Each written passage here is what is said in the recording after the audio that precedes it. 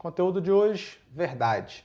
Verdade científica e verdade metafísica, critérios de verdade, correspondência ou verificação e coerência e utilidade. Então vejo aí que, apesar de ser um tema grande, né, Pedro? A grande verdade, nós temos aí tipos de conhecimento diferentes, né, tipos de verdade diferentes, temos critérios de verdade completamente distintos e vocês têm que estar atento a isso aqui, porque parece que é uma coisa simples, né? Falar sobre a verdade, falar sobre o conhecimento, mas existem nuances, né, muito importantes que, se você não tiver ligado, cai uma questão direcionada, né, Pedro, a você saber diagnosticar uma nuance, e aí você só tem uma visão generalista da verdade, do conhecimento, vai dar ruim.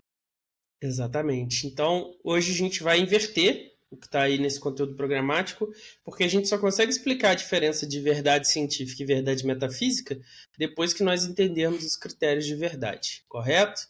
Então, a gente Exatamente. vai fazer essa caminhada inversa aí, começando com a palavra verdade, para entender o que significa, porque é um conceito, como o Rodrigo disse, que as pessoas confundem. Então, uma coisa que as pessoas falam, por exemplo, Rodrigo, é: eu tenho a minha verdade e o Rodrigo tem a verdade dele. Não.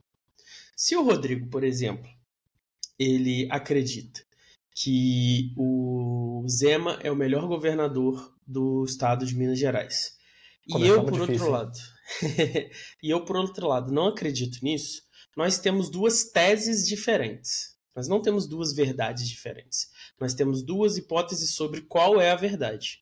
E eu acho que o Zema não é o melhor governador e o Rodrigo acha que ele é o melhor governador. Agora a gente vai debater, agora a gente vai discutir, agora a gente vai levantar provas, o Rodrigo vai trazer o índice que o Zema transformou não sei quantas escolas em escola técnica, e eu vou rebater, mas esses programas de escola técnica são todos feitos de qualquer jeito, eles são feitos em cima, a toque de caixa, as aulas não têm material didático, e aí a gente vai disputar quem tem a verdade, correto?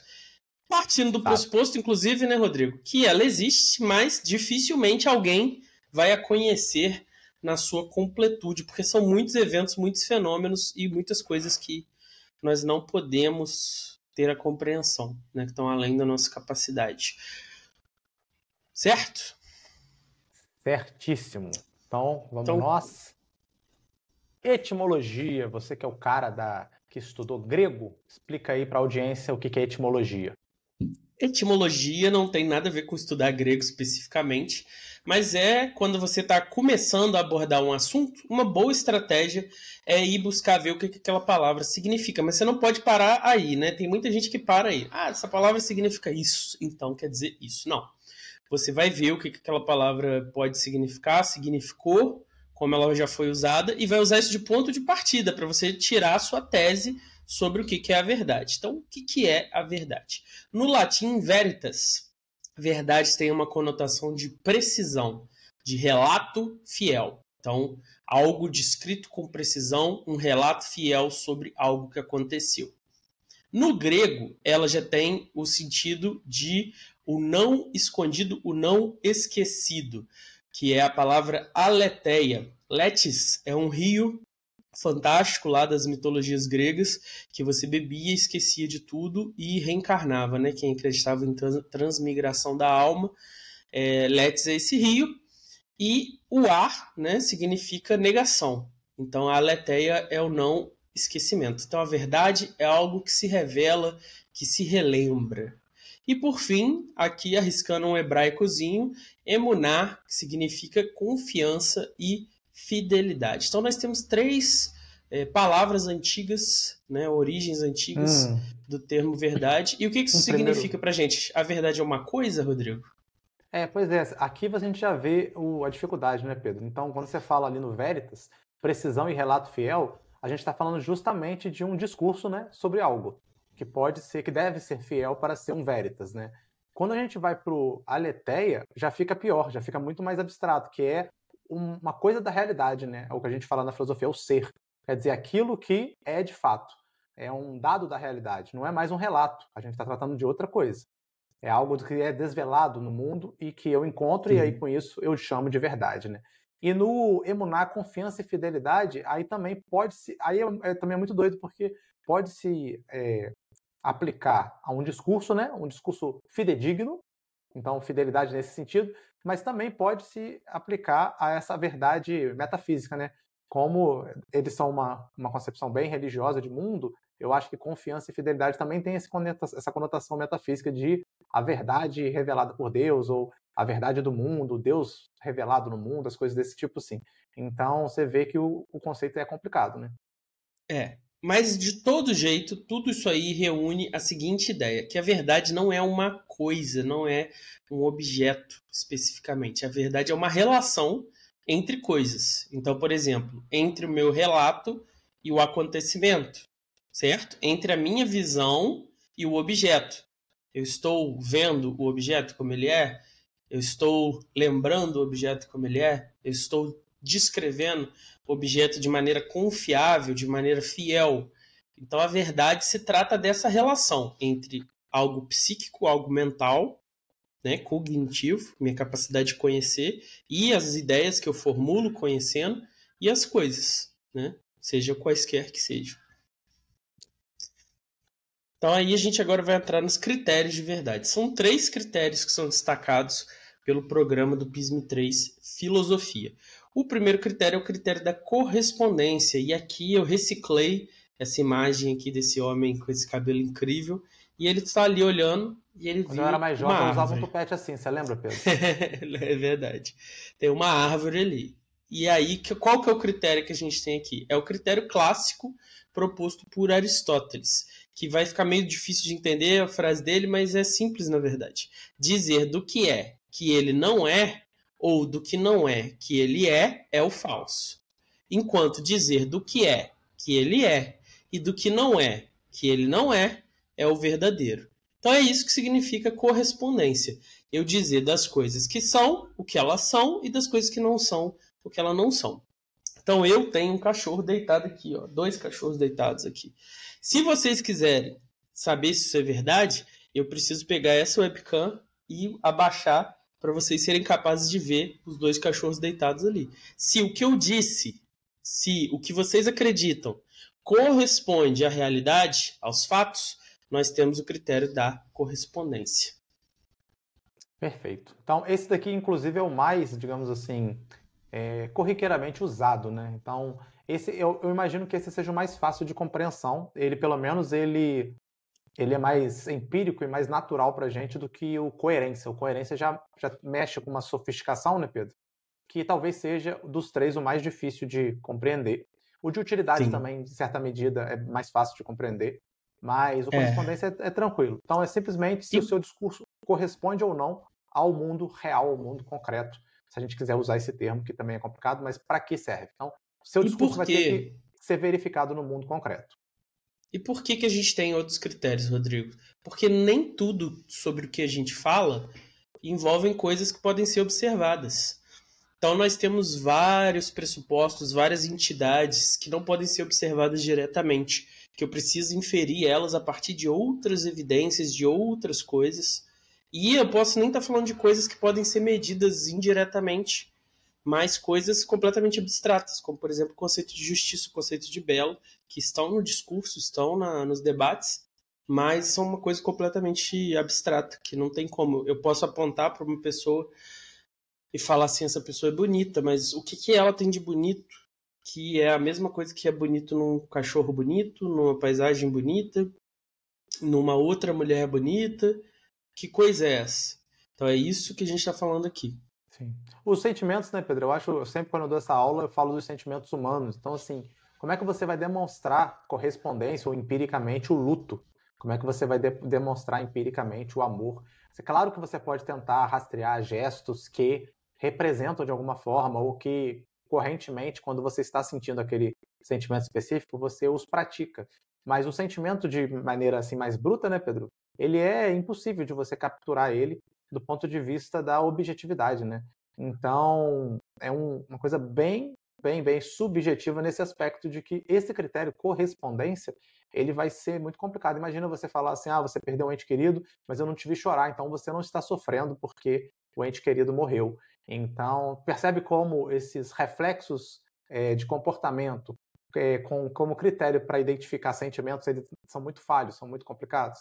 Então, você percebe que a correspondência ela não vai ser é um bom critério para usar quando o assunto for algo abstrato.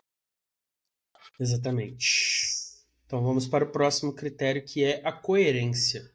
Uma proposição é verdadeira se ela se encaixa sem contradição em um sistema de crenças já estabelecido. Ela é vital, então, para metafísica e para matemática. Mas para vocês conseguirem entender, eu trouxe um exemplo aqui que é o exemplo da arte, né? Às vezes as pessoas falam assim: poxa, por que pode, por exemplo, o Harry Potter é ficção?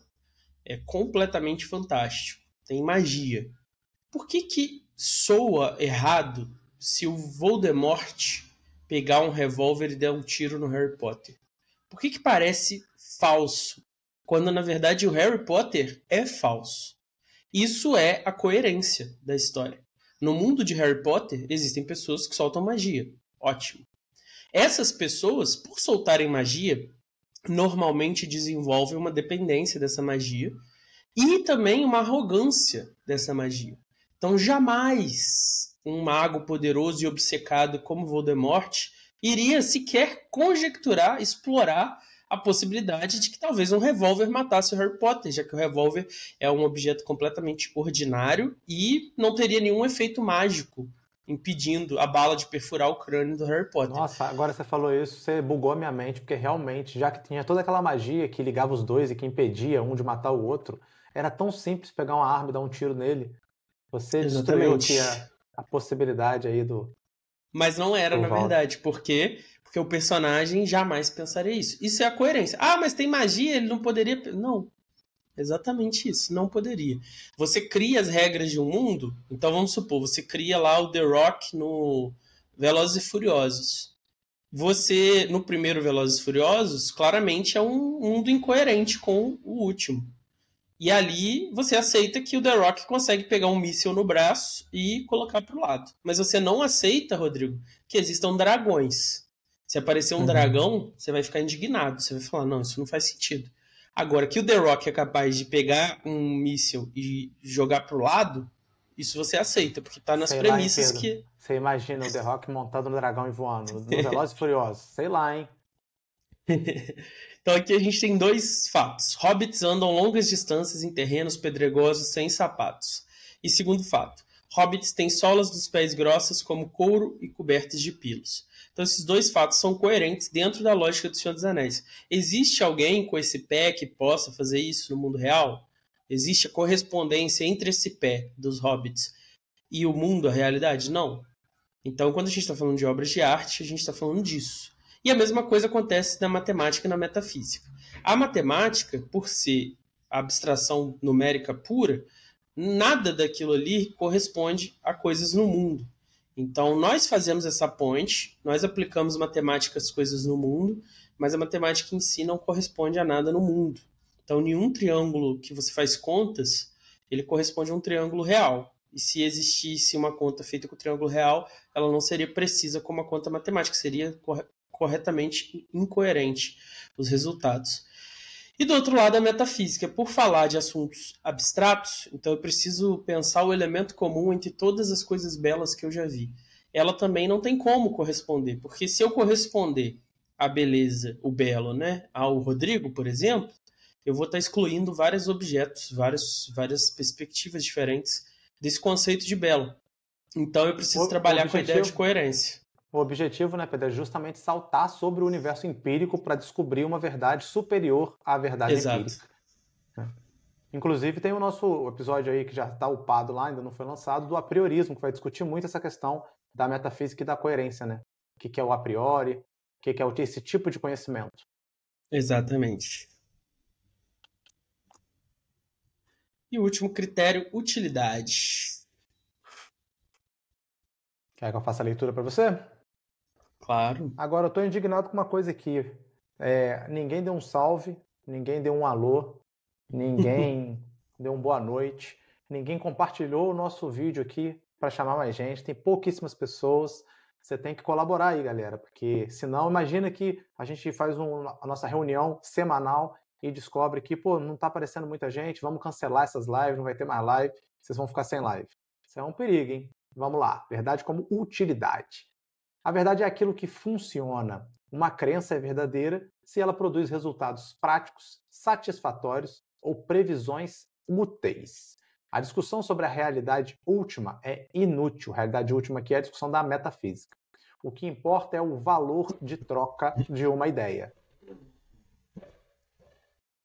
Vamos aguentar aí que o Mushu, ele fica indignado quando a gente fala de verdade como utilidade. Ele é um idealista. Ele é antipragmático e ele tá certo nessa. Ele fica nervoso. Então, a discussão sobre a realidade última é inútil. O que importa é o valor de troca de uma ideia. A ideia de Deus dá às pessoas força e esperança. Ela é útil, logo é verdadeira. Então, basicamente, é assim que você trabalha. Olha, eu não consigo saber o que é verdade, eu não consigo conhecer a verdade última. Então, o que estiver funcionando, eu estou aceitando, certo? Ah, mas não tem comprovação. Tá, mas eu continuo existindo, continuo aguentando o sofrimento, continuo vivendo minha vida.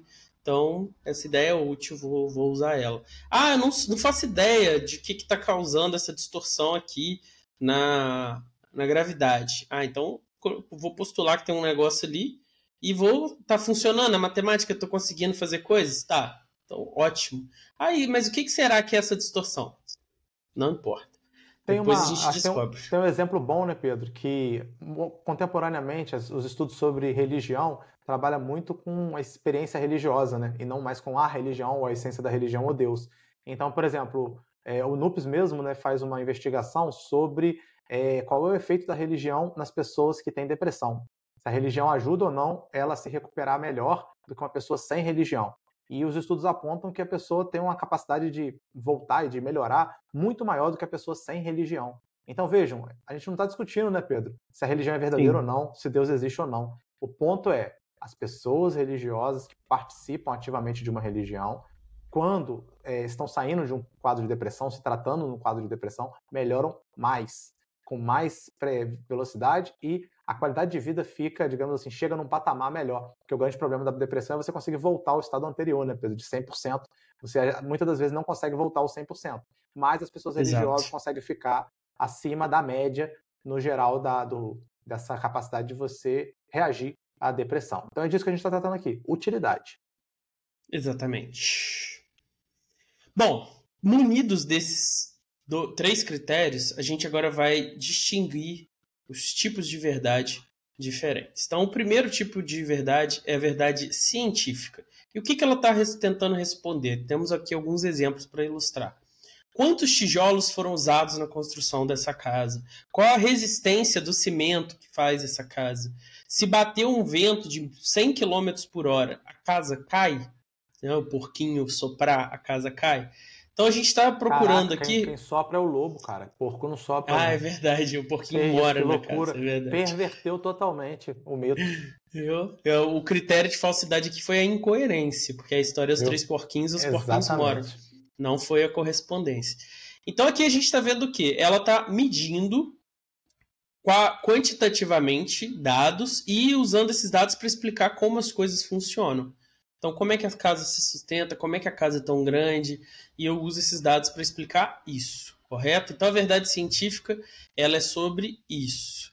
E aí, como é que você desenvolve o método da verdade científica? Você faz uma série de observações ali preliminares, coleta dados preliminares, a partir disso você formula uma hipótese, você formula uma hipótese normalmente buscando responder a um problema, e aí você faz uma previsão de futuro, mas essa previsão não é astrológica. Então você não faz uma previsão... Ela é matemática, né? Então, por exemplo, você vai fazer uma ponte, aí você faz uma maquete antes de como que vai ser a estrutura da ponte e você testa se ela vai aguentar o peso ou não, né, Pedro? Esse é o problema. Exatamente. A ponte, a estrutura dela tem que aguentar X peso, que é o peso da ponte mais o peso dos carros passando. Então, se essa previsão sustentou top, passou no teste.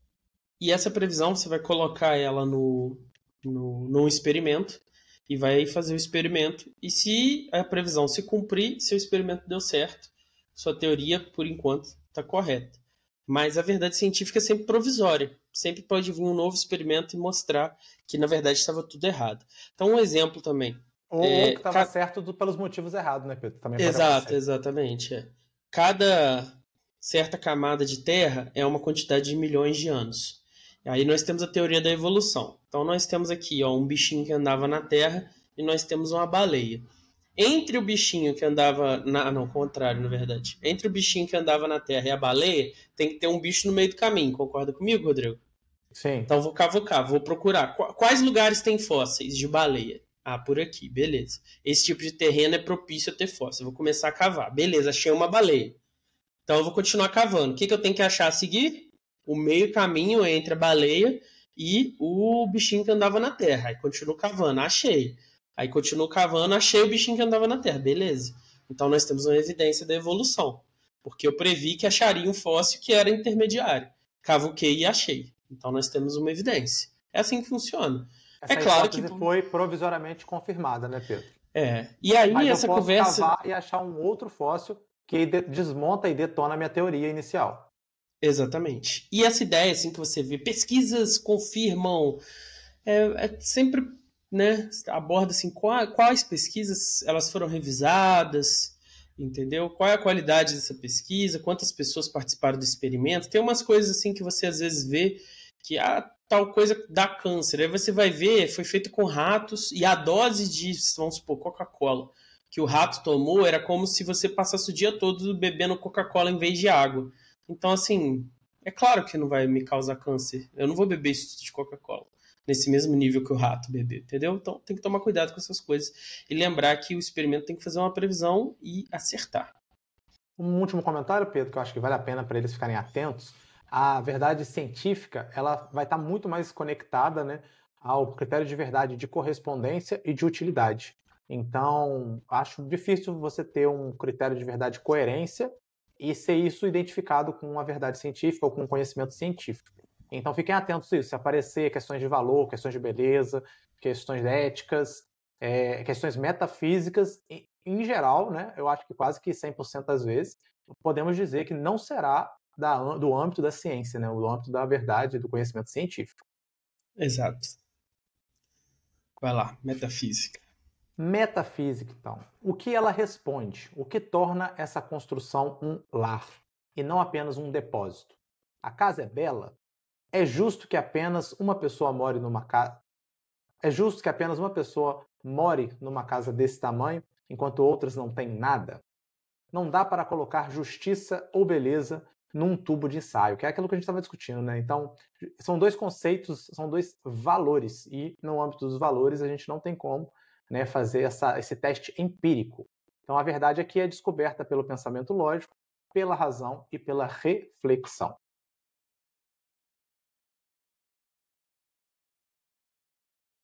É isso?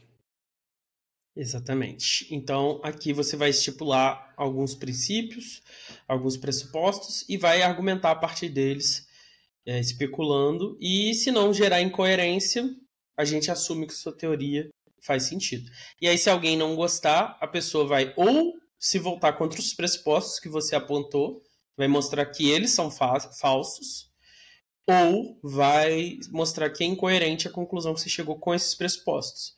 Então, sei lá, criei uma teoria aqui da justiça que fala que todo mundo é egoísta, e aí o Rodrigo vai me dar exemplos, contra-exemplos, para falar, existe altruísmo. E aí ele me lista lá alguns exemplos. E aí meu pressuposto, todo mundo é egoísta, cai por terra. Mais ou menos assim. Acho que um exemplo bom para a gente dar aqui, que ilustra bem, é lá no tema dos contratualistas, né? A natureza humana é sempre usada como critério, né, essencial para dar o salto da filosofia política. Então, por exemplo, se o homem é egoísta por natureza, é mal por natureza, a minha teoria política vai ter que lidar com esse egoísmo humano, que é um dado da natureza. Então, se eu falo que o homem é mal por natureza e o Estado vai se organizar com cada um fazendo o que quiser, essa teoria faltou justamente com a coerência, né, Pedro? Sim. Já que você deu o dado, deu o princípio, o critério que o homem é mal por natureza ou egoísta por natureza, para uma organização societária você vai ter que lidar com esse problema. Então, por exemplo, o Hobbes fala que ele é mal e fala que a gente tem que ter um Estado, né, com poderes, né, com o poder do monopólio da violência para coibir a maldade, coibir o egoísmo. Então, quer dizer, ele foi coerente com isso. Se a gente pega um Rousseau, ele vai falar o contrário, ele vai falar, não, o homem, na verdade, ele é bom. E o que a gente precisa fazer com o Estado não é agir com violência, é resgatar essa natureza boa, é fortificar esses elementos bons da natureza cooperativa do ser humano, e não o contrário, a sociedade que está produzindo esse egoísmo com os seus valores corrompidos. Então, percebe? Os dois são contraditórios entre si, mas são coerentes com a sua própria concepção. que é isso que o Pedro elencou aqui no exemplo dele.